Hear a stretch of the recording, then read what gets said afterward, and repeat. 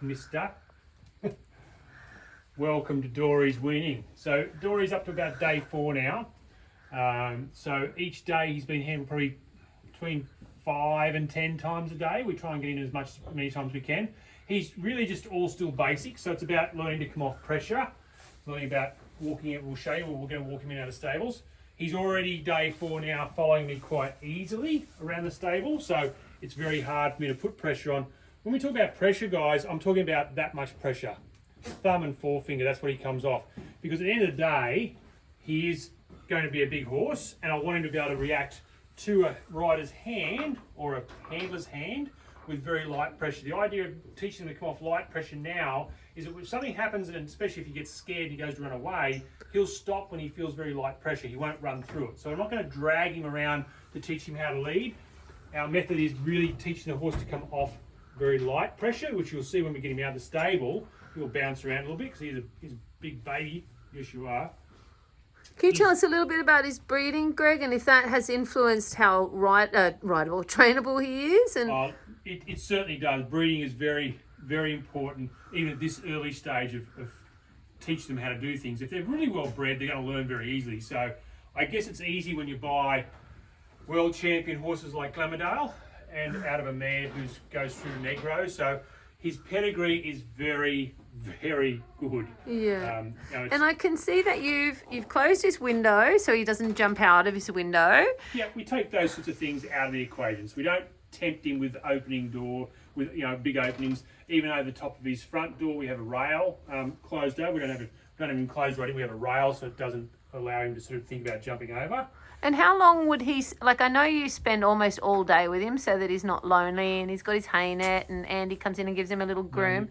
How long until he goes out to hang out with his friends again, till he won't be missing his mummy? And he's actually nearly due to go out now, really. What's that, about 5 days? Yeah, about 5 days. He's nearly done enough in here now where he's actually probably been, you wouldn't say overhandled by humans, but they start to become a little bit too in your face. And so he just before there, he just thought about having a little bit of a nip on the arm because he wants to do something. He's very intelligent, so he wants to do something. So straight away he goes, well, can I walk out the door? We go, okay, you can walk out the door. He's quite relaxed. He has a bit of a chew and a lick. But I say, Come on, Ali, we don't need your help. Apple. Don't worry about those. But I say, just wait, mate. Just wait for me. Teach him how to walk in and out of the door to start with correctly. Correctly, now, as in at your shoulder, not in front, not behind. What he will get into a habit of doing, he's already been out of his box a few times, but interesting enough, going back into their weaning stable can be quite difficult at times. So we use the barn all the way for our starting training. And what we'll do is we'll just go into different stables. We'll say, well, here's a new stable for you here. What do you think about this stable? Well, I absolutely love that you do that. And I noticed he didn't want to go back into his stable on the first day. He wanted to go to his mummy. He had a bit of a tantrum about it. Yeah, and then, guys, I noticed Greg walking him into other stables, and he wanted to walk into the other stable. So rather than Greg, insisting that he walk back into his own stable, Greg was like, well, let's go and look at some other interesting stables. And before he knew it, he was walking in and out of all the other horses' stables, and then happily walked into his own stable without any, sort of negative training and negative impressions of his own stall door. He is in the barn by himself now. We did have somebody keep him company at all times. He's in the barn by himself for about 4 hours at the moment. And then, of course, they have to then go back out and be socialised with their other horses and other foals and all that kind of stuff. He's your foal, isn't he, Andy? Yeah. Are you excited? Yeah, I'm really excited. I love this part. Yeah? Yeah. So Greg's heading off into the wash bay, I think, now. We're actually just he wanted to go straight out the barn. We're actually going to say just walk back into your stable for a second, buddy. He's pretty keen to go somewhere and do something. I'll bet. So it's about teaching him how to just wait a little bit. So we're teaching him on a very loose lead. He should lead on a fairly loose lead. We shouldn't have to drag him anywhere. But he's also being taught to wait. So we can introduce basically the half halt at this stage and say, just wait for me there. So I apply it and then ask him to stand. I don't expect him to stand still for long because he's a baby and he wants to do things. So if he stands still for 10 seconds, that's great. And on we go. We'll go and do something. Okay. Out of the way. And Greg, can you talk? Are you concentrating probably too much? Hello? Hello? Hang on, I'll come over here. So, Greg, I know that you're not an advocate of sending your horse, away to get broken in for 6 weeks and then home and it's in work for the rest of their life. You like loads and loads of mini starts, and this is really the second one. As foals, they're handled from top to bottom for the first 2 days, and then they're left alone to become curious about humans again. And then this is the second one, the weaning, where they'll walk up on the float ramp, just 1 foot, just walk in the wash bay. Yeah, this is probably one of the more intensive ones, isn't it, to start with, because they learn a lot. They're exposed to a lot at this stage. They're not so much learning a lot, they're exposed to things, and we expose them to the barns, the stables, even though he's been in and out of a stable, all of his, start with all of his life, all of his, 5, 6 months. They're exposed to things. They're exposed to the float. They're exposed to the wash bay. We'll show you how we get them out of the wash bay, because exposing them to things like that at this stage is where they become easier later on to think about, riding horses. Because I don't want to bring this horse back in as a 3-year-old or a 4-year-old. He's going to be big. He's going to be over 17 hands. This horse. He's going to be a good size. I want to start him then when he's going to be big. The risk of Apple out. him being hurt. So he's even exposed to dogs at the moment. Our naughtiest dog. We adopted Apple, and she's just a little bit cheeky around the horse. She loves him a bit too much, doesn't she? But he's going to be exposed to a lot of things at this stage, just to make him realise it's okay. Nothing's going to hurt him. We're going to take care of him. We're not a play toy. Thank you, mister. But, I see so often, and, we've made a career and paid our mortgage for 20 years on remedial horses. And a lot of them comes down to them being rushed when they started. And a horse cannot possibly learn enough in 6 weeks for them to have a really positive, approach to everything that humans are going to want to do with them. If you're a super, super rider and your horse has started in 6 weeks, then that's fine. But I think most people prefer for their horses' training to really last. And if it's done really slowly, it's going to last longer. It will. Let's go and do a bit more. All right. Can we get around out there, do you think? Oh, doggies out. So even this sort of stuff, Cupid, exposing all the dogs, Axel, you're used to. out. Come on, guys, out of the way. We've got other horses out here. And he's going to be surrounded by dogs at horse shows. And this is a real busy day for him out here, so he's going to good for him. we've seen some terrible accidents in wash bays of horses falling over and hurting themselves, being tied up too quick and cross-tied too quick. So it is super important. Greg just takes him in, he has a little look, and then he comes back out. He doesn't have time to get claustrophobic or worry or hurt himself. The wash bay's got to be a good place for them. So they get a lot of stuff done here. They should all be good stuff too. It shouldn't be hard stuff. So Do you remember we heard that terrible story about the people who were hitting the horse with a hose with water coming out of it and it flipped over? And, the wash bays, they're pamper place. It's not somewhere for them to be disciplined and in trouble. And Especially if it's going to be with my horse, I'll be in there for there'll be a lot of pampering, hey, Annie? Apple, stop helping. Apple, Andy, call Apple, darling. all right, let's go for a walk and we'll turn him out for a while. Okay, so today's his first turnout. Can we join you for that? You can. It could be fairly exciting. That makes me nervous. All right. So his name, you guys, is Glamadore. So his daddy is Glamadale. And we have bought him from Andy from Elite Sport Horses. For Andy, sorry. And we're hoping that it'll be Andy's first experience of starting a horse herself, and learning to ride a baby horse at shows by herself. She's seen it done many times. So you can see his little tail starting to come up. He's starting to get a little bit excited. He's looking at the chickens. He's met them. They roost above his stables. And there goes the little tail. So that's a sign of, extreme excitement. There he's talking to his friend Daphne down in the arena. And that's his daddy. That's the guy that bred him, Ari. That's him down there. Whoop. And we're off. Apple, Apple, out. Apple. So that is a real problem, that dog there. Apple, no. Apple, no. Out. Right, so Apple has got to go in a stable because she was getting Dory rearing up by Apple. Thanks for your help, but we don't need it. So if your dogs are silly like that, and often adopted dogs are a little bit different to dogs that are raised from scratch. Arlie knows not to do it, but we love her anyway. So, And this is interesting. This is the first time he's seen a horse being ridden. oh, he's scared to this death is of a horse being response. ridden. Bless him. He's like, what is happening to that horse down there? Dory's scared of Daphne. And Daphne's scared of Dory. But you know, it is really a big thing for a horse to see when he's never seen it. A horse with something on top of it. Like, that would look so weird. I'm going to go and get the gate for you, Greg. Gate's open. It's shut. Oh, are you going up to his old yard? Yeah. Oh, okay, sorry. So do you notice Greg's whole demeanour is just very like, well, maybe it takes us an hour to walk to your little yard.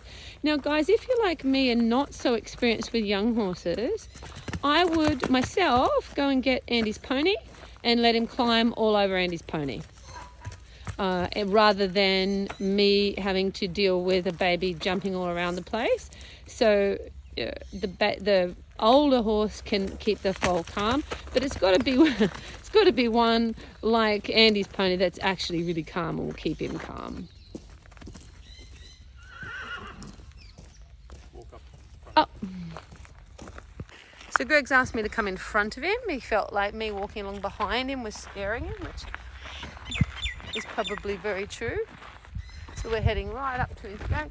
Now we've got him out here. We're going to put him in his paddock that he was raised in with his mama. And then we've got Petunia right next door to him. He's got all his friends all down the laneway. Petunia's apparently best friends with him. Hi. So she'll go in with him in a short period of time, but she's a bit mean, so we don't want to put her straight in. Yeah, she was really mean to Foxy. No, I'm still putting her in there. Yeah, that's her job. Oh, pee-pee. What do you think we feed you so much for, Miss Friendly Pants? Oh my goodness.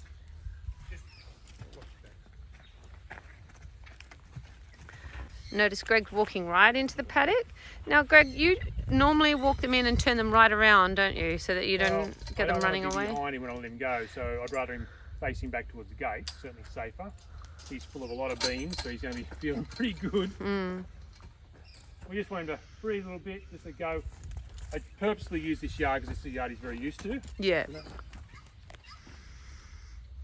Good boy. All right.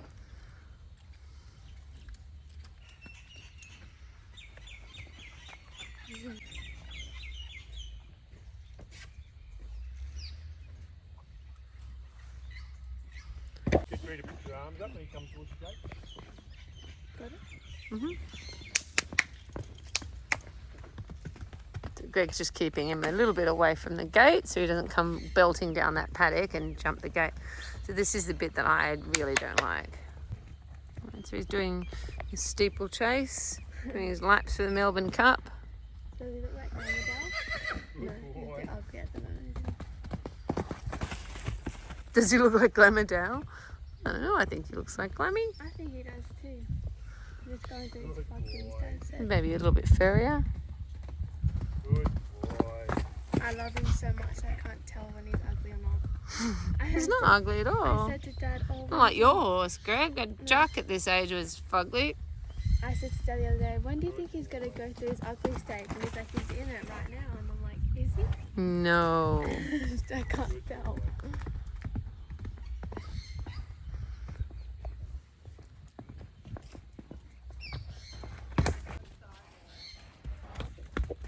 That's all fairly uneventful so far, but Oh, it looks eventful to me. It's scaring me to death. Look, they're gonna do it. All you can do is have them at a point where you think they're safe. So cantering that way is pretty safe coming around that way. We just try to keep the gateway guard a little bit in case he gets a bit excited and tries to take it as one big leap. We're also going to just give him a little biscuit of hay just so he's got something to nibble on, take his mind off things a bit. I mean, that's how many times have we all seen horse go out in a strange yard and get some momentum and just jumps straight over the I've fence? had 10-year-old stallion jump that gate. Who? Hun jumped the gate. Did he? Yeah. God, I'm glad I didn't see that either. And we've had a bit of rain, so it's a little bit slippery. So Tuni's coming out. Look at the look on her face. Yeah, and I'm going to be in charge of you two, boy. Ooh, look Well, that's an ugly face, Tuni. Babies make my ass twitch.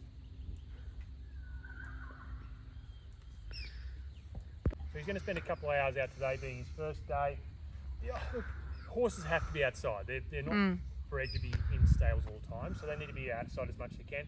All of our, even our top dressage horses are out for between 6 and 8 hours or more hours a day, especially in summer. This time of year, of course, winter, the days are shorter, so he'll come back in probably about 3 o'clock this afternoon, so he'll have a couple of hours.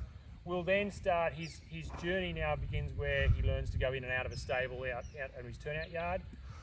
He learns to, it becomes a bit of a habit, you might say. They get fed in the morning, they get turned out for a while during the day, then they're brought back in of an evening. He won't do that all the time at the moment, of course, as a young horse. He'll have times where he's just out for months and months on end. But do you find if you turn them out with all the others too soon, then all of a sudden you can't catch them? Well, you do. You want to have them, you want to, it's a testing. I mean, training is testing all the time, isn't it? So, well, I think, well, let's test him to see how good he's going to be caught. So this afternoon's going to be a little bit of a, well, let's see how good we've taught him so far. Does he want to be with me? If I've made an enemy of me, of him, he won't want to come to me to be caught this afternoon to come to be fed. If I've done what I think I've done already, which is build a fairly good bond with him, or Andy has as well, is he should come to us at the gate to come back in this afternoon. He should be happy to see us.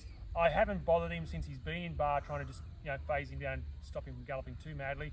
I won't try and catch him because he's excited about being out for the first time. Yeah. We'll just leave him So you're not alone going to for try a and while. test your training now when he desperately wants to play and There's no point. I would feel quite comfortable. I could walk up and probably give him a pat, but he's still got a fair bit of beans in his system. If he turns around, has a bit of a swing. So let's just leave him for a while this afternoon, then just chill out and be a horse for a while, get down and roll around the mud for a bit. He'll probably come back in a good old brush off. Yeah, but that's good advice though, because I was going to approach him before we left. But you're right; it's probably likely to be unsuccessful. Yeah, there's no point. There's no point in starting something, because then if you walked up to him and you couldn't get to him, I would then have to school the horse till we got him to be caught. So we know we can catch him easy enough in the stable. We've left his halter on out here, so it's already a start that I've got something to grab.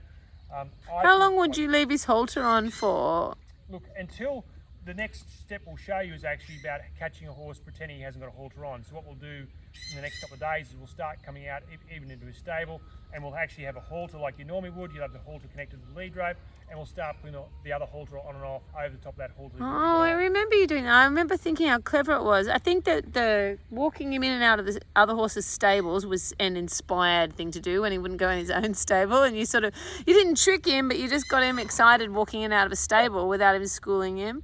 Walking in another wash bay, 300 times before he's ever got to get tied up and hosed or shod or anything in there. I thought that was clever. And definitely putting a halter on over the top of the other halter so he can't run away and get a fright, but he's learning, because it is a bit confronting to get a halter on over your nose and behind your ears. And well, then everyone's got a different way of putting a halter on, and different types of halters, how they fit on. So we always use, with the young horses, we always use the ones that do up over the top of the pole. But it's just a matter of getting them used to putting their nose down the noseband. And if you do it now, and while you still got the other halter on, you'd be surprised how many people go to walk into a paddock with a young horse that hasn't got a halter on, and they'll go to put it on and they'll panic and rush it on. that's it, yeah. And you don't want to do that. So we just spend our time, we'll do it the first couple of times. Well, I actually remember when I was a kid and you taught me how to get the horses to drop their noses into the you weren't allowed to just put the halter on. They actually had to put their halters on themselves. It's about asking a horse if they want to be with you, and if they want to be, if they want to be with you, they'll do things for you a little bit. Yeah, so you got to work in a bit. So you say, well, do you want to come with me and do something? Then this guy, he will, because he's really smart, so he'll want to be doing things all the time. He'll get bored pretty easy, so he'll want to go, oh, well, what's this? What are you presenting me with? What's a halter? Oh, it's over my nose. Even putting a halter on him a couple of months ago in the stable as a baby, still on his mum, it wasn't a drama. It was really just saying, look at this, and in front of him, he just had a loop. And he went, oh, what is that? And he put his face into the actual halter loop, into the noseband, played with it a little bit, and all of a sudden, and without him really realising, he had his head in the halter. And it's just a matter of doing it up. And he went, well, what are you doing? And we just went, well, we're just doing this up around the back of your head. And he went, oh, that feels strange. And it's just another part. It's all becoming second nature to him to have a halter on, second nature to walk around the place, second nature to walk in the wash bay. It's just something he does. So he's not going to fight and struggle and then have to have people that are too hard on him or he hurts himself. Yeah. Oh, thanks, Greg. And keeping the horse in the horse. Making sure that he's still going to be a horse, because at the end of the day, when he trots down that first centre line, the ex-halt salute, you want him to look smart and happy and smiling at that judge. So that's what we're after, is a horse with lots of personality still. Yeah. Well, and we're drawn to training horses because we love horses. I don't want him to become anything other than. You don't want to train a machine. No. He loves Petunia, doesn't he? She's not feeling the love. I can't even see her Doesn't seem to love ears. him back. Her ears has disappeared. Go, how hairy she is. You should clip her chin, Andy. She looks like a little tiny yat. Last time we clipped one of Andy's small horses, remember what happened? Really on the bar. Yeah, we clipped her Andy's first pony, Mrs. Cupcakes, and she couldn't believe that all her fur was gone, and she went crazy, didn't she? Yeah.